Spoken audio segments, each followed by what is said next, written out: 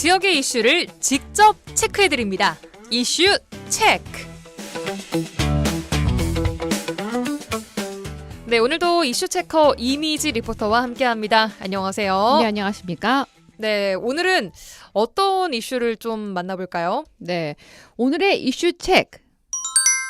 골든타임을 놓치고 있는 지역의 화상 환자들의 실태 체크해봤습니다.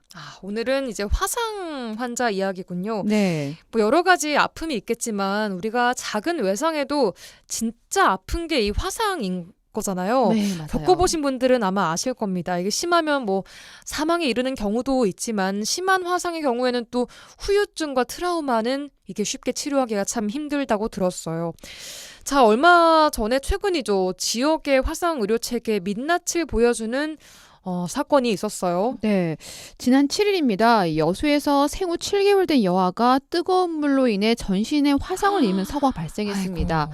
이 아이는 가슴과 배, 팔, 다리 등 전신에 63%가량 화상을 입었는데요.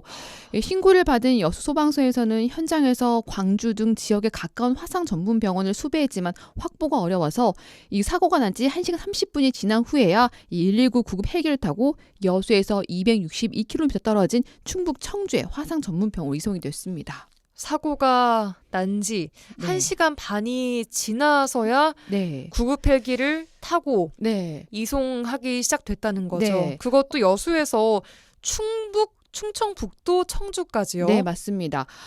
이 아이가 한 5시, 오후 5시경에 사고가 났어요. 예. 그리고 6시 30분이 좀 지난 후에 이 여수 망마 경기장에 있는 헬기장에서 네, 청주로 이송됐습니다. 그럼 1시간 반 동안 그 어머니 아버지의 마음은 그렇죠. 어땠을까요? 이 아이가 겪을 고통도 굉장히 그러니까요. 심각했겠죠. 그럼요. 전신의 63%가량을 화상. 예. 자, 우리가 일반적으로 그냥 뭐 손에 간단한 작은 화상 같은 경우에는 일반 병원에서 치료가 가능하지만 이번 화상 사고처럼 중증의 사고가 나면 치료할 수 있는 전문 화상 병원 자체가 지역에는 지금 없는 상황이죠. 네. 보건복지부가 2023년 개재한 제4차 1차년도 전문병원 지정 기관의 자료에 따르면요. 이 화상 전문병원은 5개소로 서울 2곳, 부산 1곳, 충북 청주 1곳, 대구 1곳 이렇게 전국에 단 5개가 전부입니다. 5개가 다예요? 네. 전남권에는 없습니다. 광주에도 지금 없는. 네. 이곳은 이 화상 전문병원으로 지정된 곳은 아닙니다. 그래요. 네. 근데 은근히 이렇게 전신 화상 이런 사고들이 발생하지 않아야겠지만 또 심심치 않게 발생하고 있잖아요. 네, 일반적으로 지역에서 화상 사고가 발생하면 지역의 의료계에서도 응급치료가 쉽게 되지 않기 때문에 뭐 광주나 부산으로 응급 이송하게 되는데요. 특히 야간 시간대에 화상이 있게 되면 정말 응급치료가 더욱 힘들어집니다. 그러게요. 네, 이번 7개월 여아 화상 사고와 비슷한 사례가 있었던 부모를 연결할 수 있었는데요. 아이가 2살 때 이 뜨거운 물이 담긴 컵을 목 아래쪽으로 엎어서 화상을 입었다고 어떡해요. 하는데요. 지역에서는 치료할 수 있는 곳이 마땅히 않아서 광주에는 화상 전문 병원으로 이동했다고 합니다. 근데 이후 꾸준한 치료가 필요해서 매일 왕복 3시간을 운전해서 여수와 광주로 오갔다고 하는데요. 이 지역에 화상 전문 치료가 가능한 병원이 있었더라면 하는 아쉬움이 든다고 합니다. 부모 얘기 들어보시죠.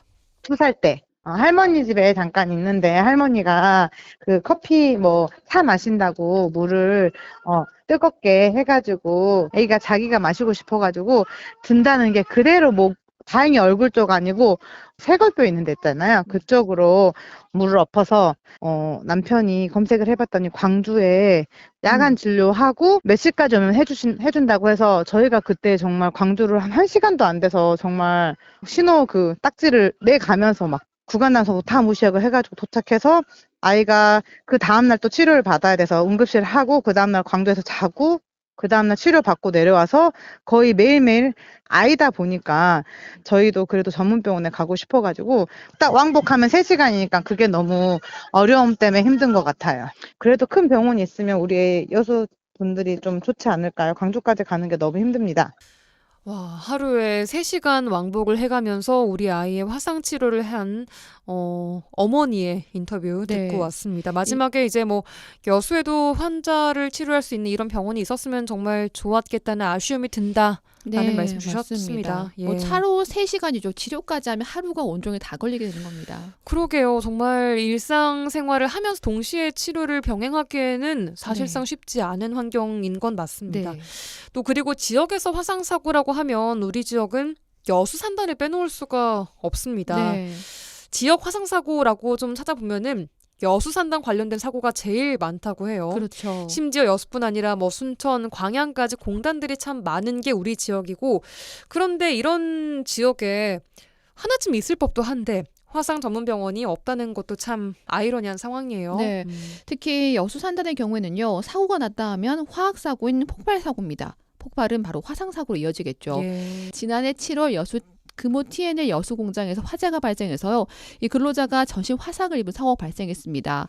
이 전신 2도 화상을 입고 화상 전문병원으로 이송됐지만 끝내 사망했는데요. 예. 또 그 전년도에도요. 여수 산단 한 업체에서 화재가 발생해서 근로자 2명이 전신 화상을 입어서 여수 한 병원에서 응급치료를 받고 부산의 화상병원으로 이송이 됐습니다. 그러니까 기본적으로 응급치료를 여수에서 받는다고 해도 결국에는 화상 전문 병원으로 네. 이송을 해야 되는 상황이군요. 이 이게. 응급치료도 간단하게 정말 시급하게 할 수 있는 것만 하고 바로 이송이 되는 거죠. 자, 그리고 10여 년 전 2013년에 인명피해가 컸던 대림산업 폭발 사고 기억하실 텐데요. 그때도 지역의 화상병원 건립 의견들이 꽤나 나왔습니다. 네. 하지만 지금도 그때랑 달라진 건 없어요. 네. 사고 당시에 당했던 그 환자들 경우에요. 여수에 있는 병원에서 긴급한 의료 치료만 받고 광주로 이송됐습니다. 그리고 광주에서 다시 응급치료를 받고 서울에 있는 화상병원으로 갔는데요. 이 시간 짧게는 14시간에서 15시간 반이 걸렸다고 합니다. 당시 지역 여론이 화상치료가 가능한 병원이 필요하다라는 목소리가 컸지만 제일 어려웠던 이유가 바로 재정이었어요. 돈 문제죠, 이게. 그렇죠. 네. 화상 전문 의료를 운영하려면 적자가 불가피한데 이런 불가피한 적자를 안고 운영할 병원이 없었다는 게 가장 큰 문제였습니다. 이렇게 비용 문제 부딪혀 화상치료 전문 기관을 만들지 못하면서 매년 크고 작은 화상 환자들이 다른 지역으로 이송이 된다고 얘기하고 있습니다. 이 민주노총 여수지부 최관식 지부장 인터뷰입니다. 그때도 이제 제일 어렵다고 한 것이 이걸 운영을 하려면 적자가 불가피한데 불가피한 적자를 안고 운영할 병원은 없다.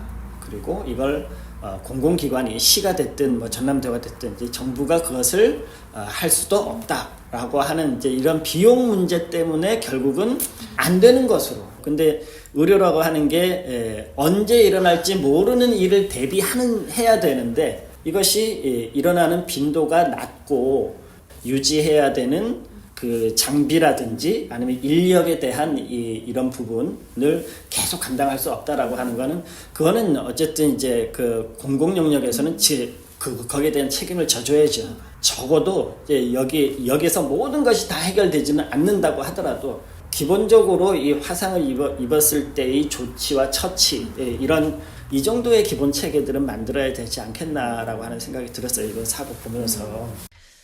네, 민주노총 여수시 지부 최관식 지부장이었고요. 기본적인 이 화상 응급처치 조치를 할 수 있는 체계만이라도 필요한 상황이다라고 이야기를 하셨습니다. 네. 자, 이게 화상 같은 경우에 골든타임이 굉장히 중요하다고 어떤지 골든타임이 가장 중요한데 이 화상이야말로 골든타임에 의해서 이게 중증이 되는지 정말 초중증이 되는지 이게 관림이 된다고 해요. 그러니까 치료를 받자마자 최대한 빠른 시간 내에 치료를 해야 된다는 거잖아요. 그렇죠. 네, 효율적 문제도 있는데 이게 되지 못하니까 지역에 있는 이 사고, 화상 사고의 경우 정말 안 좋은 경우로 많이 간다고 얘기를 하고 있습니다. 그러니까요. 네. 자, 골든타임이 중요한 화상 사고와 또 치료. 자, 한편 순천시에는 근로복지공단이 운영하는 산재병원이 있어요. 네, 지역에도 유혈합니다. 여기서는 화상 환자들의 치료를 할 수 없나요? 사실 이름이 산재병원이다 보니까 산업재해라고 하면 공단 사고랑 연관이 되어 있을 것만 같아서 왠지 있을 것 같거든요. 맞습니다. 근데 산재 전문 병원이긴 하지만요. 이곳은 치료보다는 재활 위주의 진료를 하고 있습니다. 그래요. 현재 근로복지공단에서 하는 산재 전문 병원 중 화상을 전문적으로 하는 곳은 단 한 곳도 없는 것으로 알려져 있습니다.